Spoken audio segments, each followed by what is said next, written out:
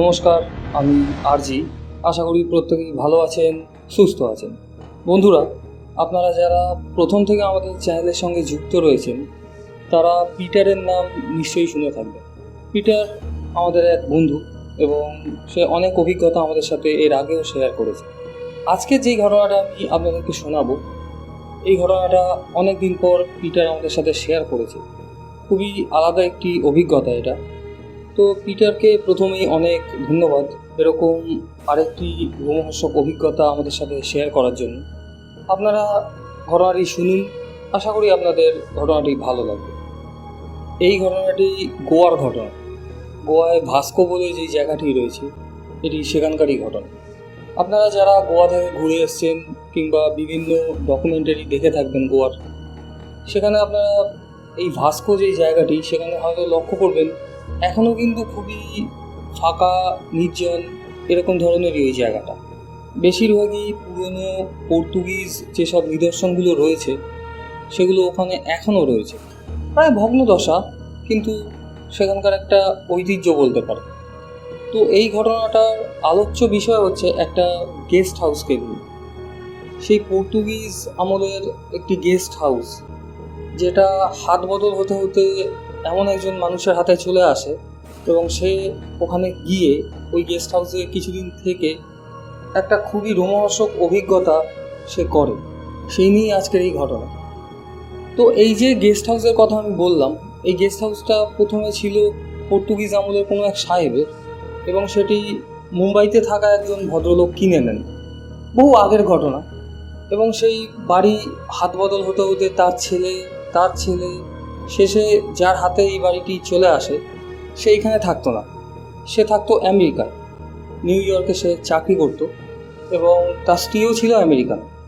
এবং এমন একটা সময় আসে যখন ওই বাড়িটা এতটাই ভগ্নদশা হয়ে পড়ে, মানে প্রায় বিপজ্জনক, বোর্ড আর কি বাইরে লাগিয়ে দেবে এরকম একটা ভাবনা ওখানকার প্রশাসন নেয়। সেই সময় ওখানকারই কিছু স্থানীয় লোকজন ঠিক করে যে এই বাড়ির যে মালিক তার সাথে একবার যোগাযোগ করা উচিত। এই ব্যাপারেই ওনারা একটা চিঠি করে এবং যেই ছেলেটিকে দেওয়া হয়েছে সে তো আমেরিকায় থাকে, তো কোনো মারফত ইমেল করে কেউ যোগাযোগ করেছিল তার সাথে এবং তাকে জানানো হয় যে এই বাড়িটি এরকমভাবে পড়ে রয়েছে, আপনি এসে যদি এটা একটা কোনো সুরাহা করতে পারেন তাহলে খুব ভালো হয়। তো উনি বর্তমান মালিক, উনি ইন্ডিয়ায় আসেও না, ওনার নিজস্ব যে বাড়ি রয়েছে মুম্বাইতে সেখানেও উনি থাকেনই না বলতে গেলে। উনি আমেরিকায় নিউ ইয়র্কে শিফট, ওখানেই উনি থাকে, ওখানেই উনি চাকরি করে, ইন্ডিয়ায় আসেই না।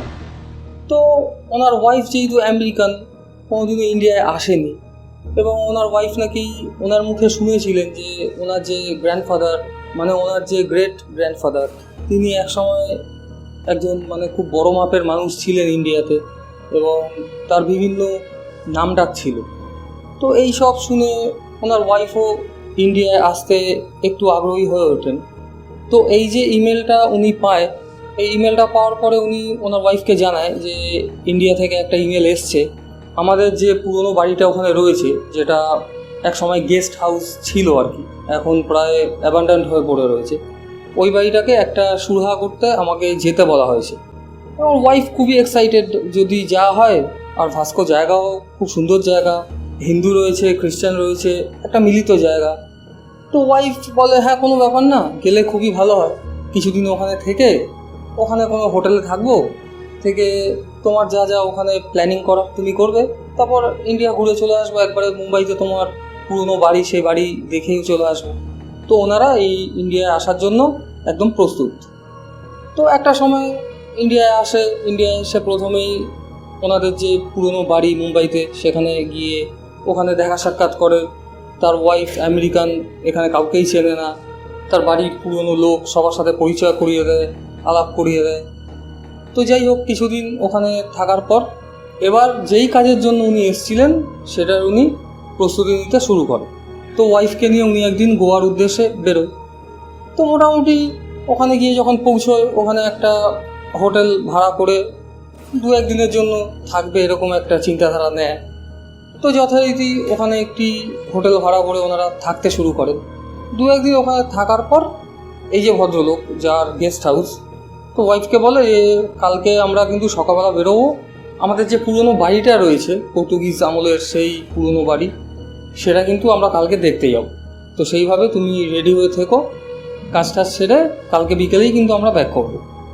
তো ঠিক আছে, পরের দিন সকালবেলা উনি ওখানকার একটি লোকাল ছেলের সাথে যোগাযোগ করেছিলেন যে নিয়ে যাবে ওই জায়গায়, কারণ উনি তো কিছুই চেনেন না, উনি প্রথম এসছে, লাইফে প্রথম উনি এখানে এসছে। হ্যাঁ, ওই বাড়িটার ছবি একসময় উনি দেখেছিলেন, মানে ওনার দাদু যখন বেঁচে ছিল আর কি।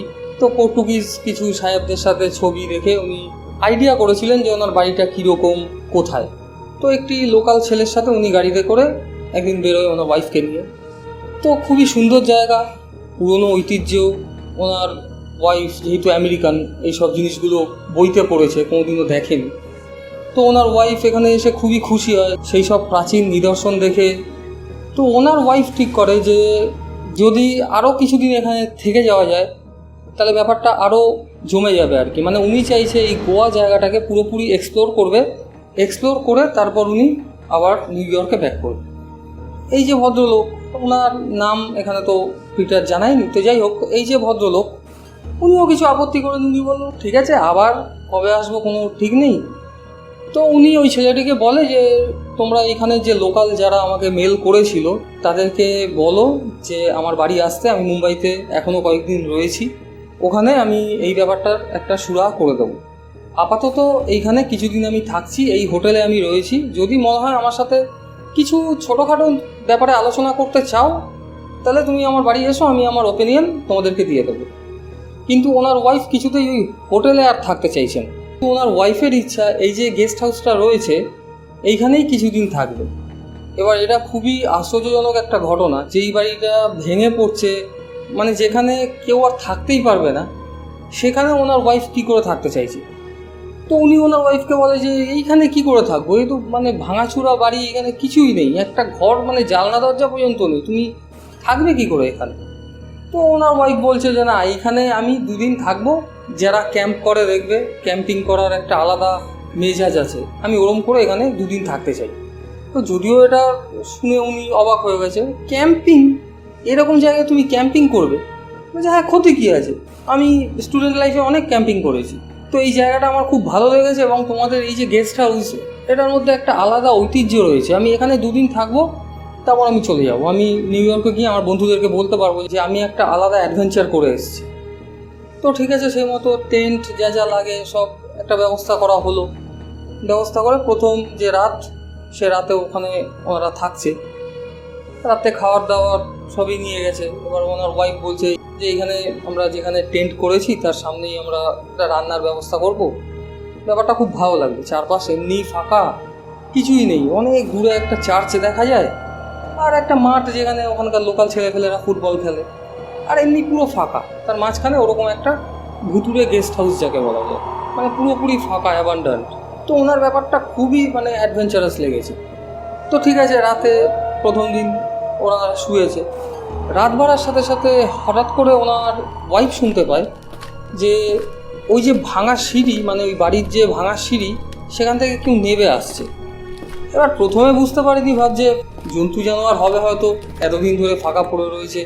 তো উনি ব্যাপারটা ইগনোর করে দেয়, শুয়ে রয়েছে। আবার কিছুক্ষণ পর মনে হচ্ছে যে ওনার আশেপাশে কেউ একজন ঘুরছে। তখন উনি ঘুম থেকে উঠে এই ভদ্রলোককে ডাকে যে দেখো তো, মনে হচ্ছে কেউ আমাদের আশেপাশে রয়েছে নাকি, মানে কেউ কি আমাদের ফলো করছে বা কিছু।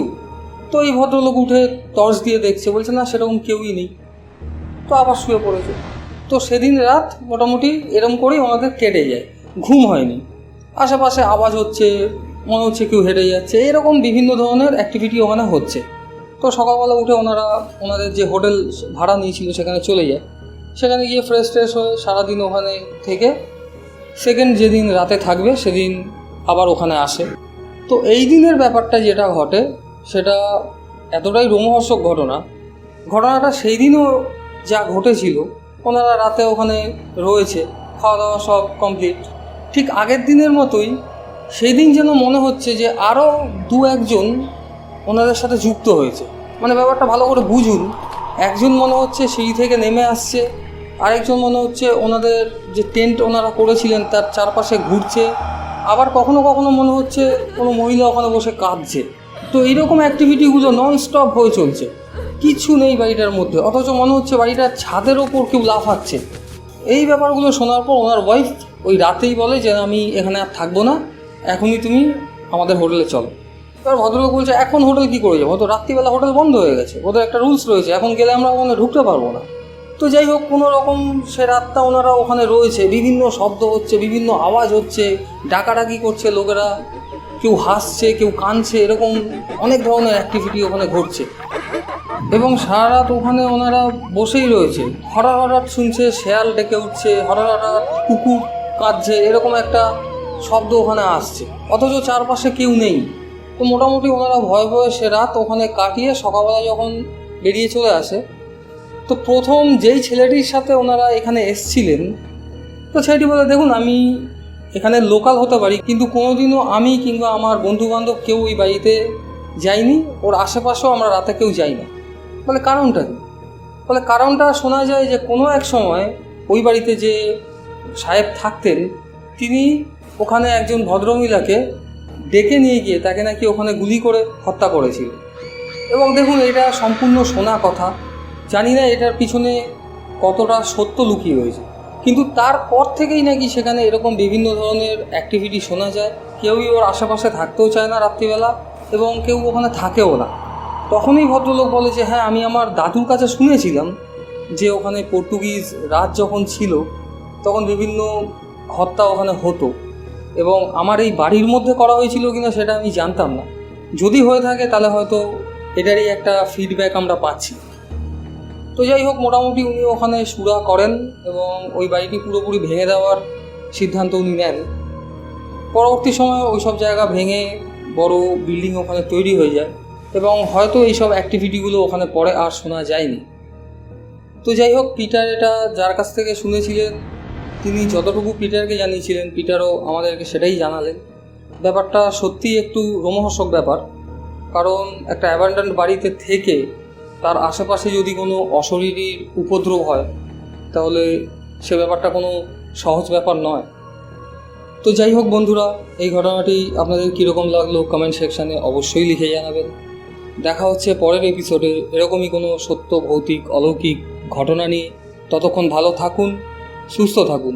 আর বন্ধুরা, চ্যানেলে নতুন হয়ে থাকলে কিন্তু চ্যানেলটি সাবস্ক্রাইব করে পাশে থাকা বেল আইকনটি অবশ্যই প্রেস করে দেবেন। নমস্কার।